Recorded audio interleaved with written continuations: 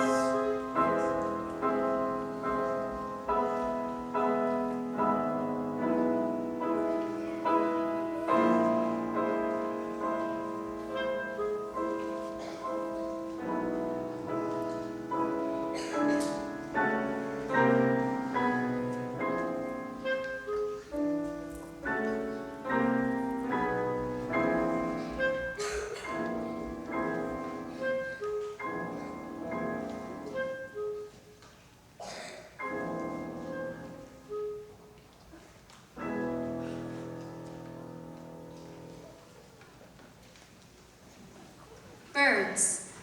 Puccini was Latin, and Wagner Teutonic, and birds are incurably Philharmonic.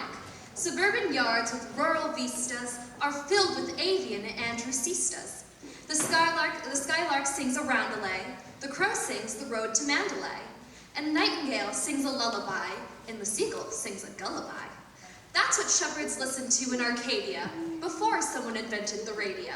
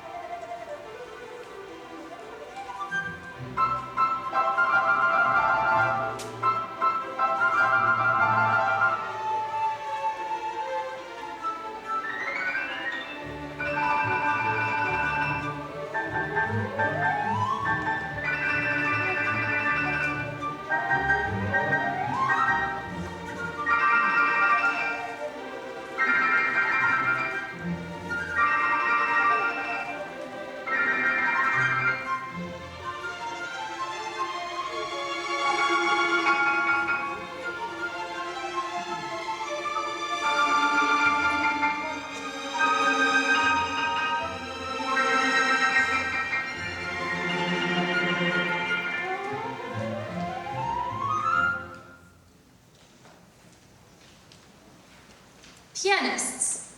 Some claim that pianists are human, and quote the case of Mr. Truman.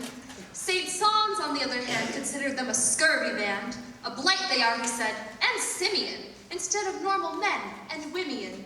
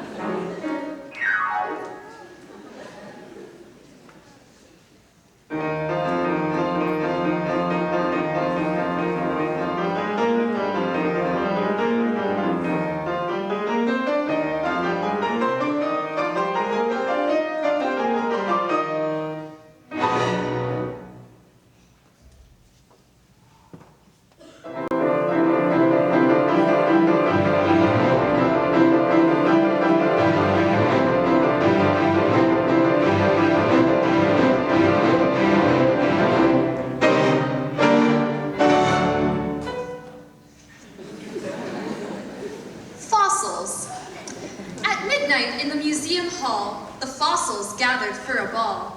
There were no drums or saxophones, but just the clatter of their bones. Rolling, rattling, carefree circus of mammoth polkas and mazurkas. Pterodactyls and brontosauruses sang ghostly prehistoric choruses. Amid the mastodonic wassail, I caught the eye of one small fossil. Cheer up, sad world, he said and winked. It's kind of fun to be extinct.